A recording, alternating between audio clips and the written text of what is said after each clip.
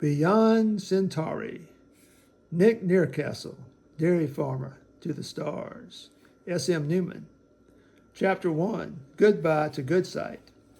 Greetings, Nick Nearcastle here. It's 12,959 AD, and I'm still working for the big guy as a Class 2 TPE, Theological Private Eye. The pay is abysmally low. Let's just say it hasn't kept up with inflation over the last 10,000 years. But one thing has changed. The hours are no longer long. In fact, they're almost non-existent. Theological conundrums, my stock in trade, are a relic of the past. Even Shumptious Dairy, where I work part-time milking cows when I'm not doing TPE-type work, is fraying around the edges. Milk production is way down, and a new milk substitute from the planet Dora Dora has become the rage all across the planet. But the biggest change is the absence of misinformation. My wife for several thousand years, and the mother of my daughter, Miss Adventure, who lives in the Centauri system and is the owner of the very successful franchise Snobby Lobby. Miss Info died a natural death a few hundred years back. Unlike Miss Adventure and myself, she has no Centaurian DNA and was therefore subject to the normal human aging process. She was able to counter the process every 8 years by making round trips to Alpha Centauri, traveling at exactly the speed of light. Doing so arrested the aging process and even reversed it. When she returned, she had gone from looking like age 35 to looking like age 27. And so we would have 8 happy years together before she had to do the whole thing over again. After dozens of trips, and although it still worked like a charm, she found herself, through not aging physically or mentally, aging emotionally. Once that happened, she decided that the best thing was to stop making the trips and let nature take its course. She lived to a ripe old age and died peacefully one night in the Andes while lying in a sleeping bag. The last thing she saw was the light beaming to Earth from the Centauri system.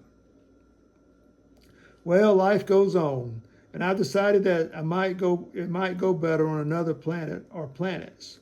With nothing much to do here on Earth, I've accepted an invitation from the CDC, Centaurian Dairy Commission, to look into a matter concerning the lack of availability of milk and milk-related products in certain sectors of the galaxy.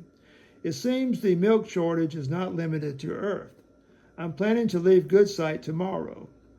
Before leaving, I'll need to shut down my home / office here in Goodsight. I thought about renting it out, but I might be gone in 1,000 years or more, and I might be gone 1,000 years or more, and who knows what the real estate market will be like then.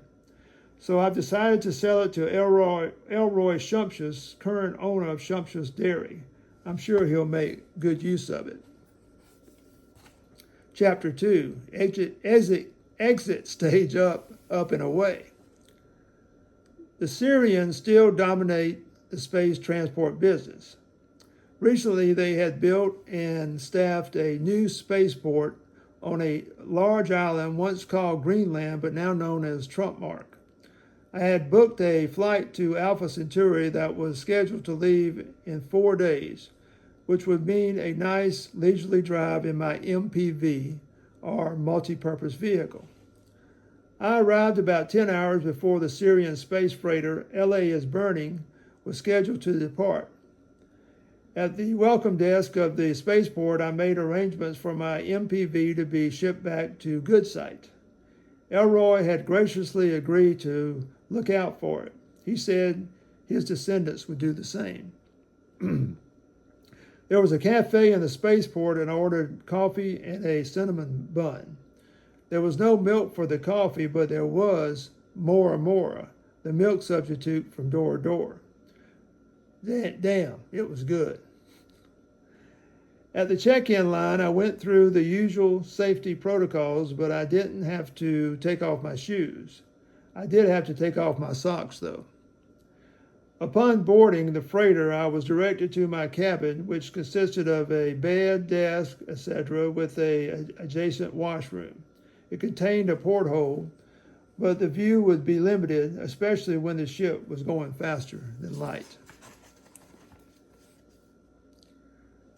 I was invited to have dinner with the commander of the ship, Captain Fondu Fontaine, but before going to the mess hall, I took a few minutes to scan the memo I had received from the CDC. I was to report to Centauri Z, small planet furthest from the center of the Centauri system. Headquarters for ACME, Alpha Centauri Milk Examiners, a sub-agency of the CDC. I was to meet with a certain Comish X to the 10th power, who would brief me on the specifics of the cosmic milk crisis and my particular role in dealing with it. Captain Fontaine turned out to be a typical Syrian space freighter commander. Hard, lean, jet black hair, cut short with a touch of gray, she welcomed me. While neither a warm nor a cuddly welcome, the Syrians' lack of sentimentality is famous throughout the galaxy. It sounded somewhat sincere.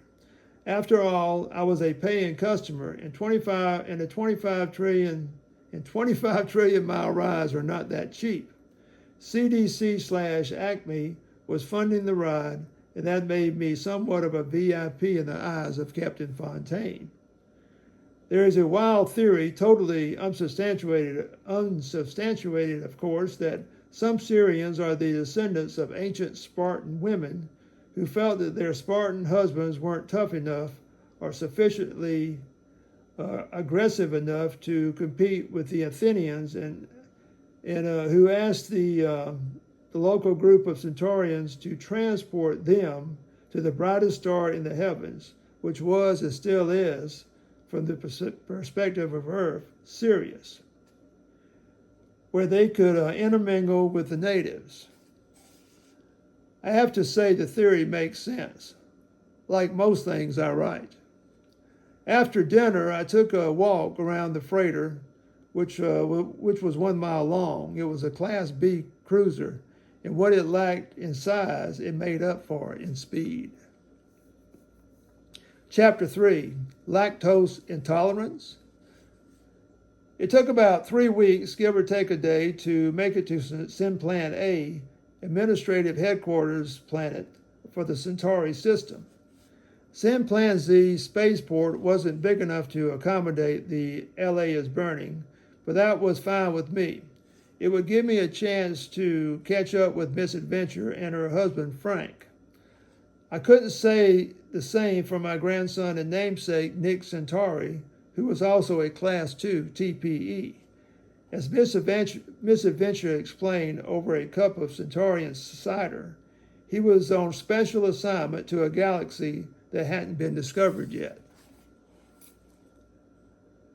After a nice afternoon sitting around the pool in heavy-duty lawn chairs and reminiscing about misinformation, I walked to the local CDC office where I presented the Acme memo authorizing me to report to Centauri Z. I was then equipped with a SPNV, single-purpose non-vehicle. It was a relatively new single-use transportation device developed by Musk Motors. I can't really explain how it functioned, but supposedly it worked by using artificial intelligence to trick space into thinking it's been displaced. In other words, you go places by thinking of them. So far, the range has been limited to the confines of the star system, But Elon Musk, the 294th, believes that in less than 10,000 years, we'll be able to jump galaxies using a SPNV. Another unique feature of the SPNV is that it doesn't exist in our space-time continuum. So when someone utilizes it, he's really not doing anything, but somehow it works. All I needed to make the journey to Centauri Z was to know the coordinates, which the receptionist at the Acme office was kind enough to share with me. After quickly memorizing them, I took a few minutes to clear my mind. Then I visualized Sin Plan Z, and off I went. Comish X to the 10th power was like most all-Centaurians being on the low-key side, except when they were playing croquet, the national sport.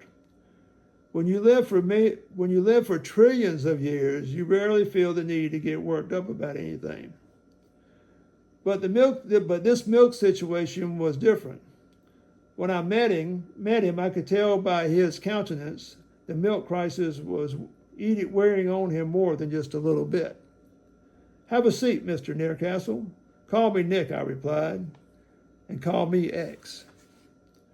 Trying to make a little conversation, I asked, "Are you named for the Roman numeral signifying the number 10? "Oh, no, my parents named me for some kind of Earth communications program that was both controversial and famous in your 21st century. X smiled as he spoke. "Yes, I remember that now. That's around the time I was born, so that means you're a very young Centaurian, only 10,000 years or so old, same as me." Now I beamed. X's smile went away.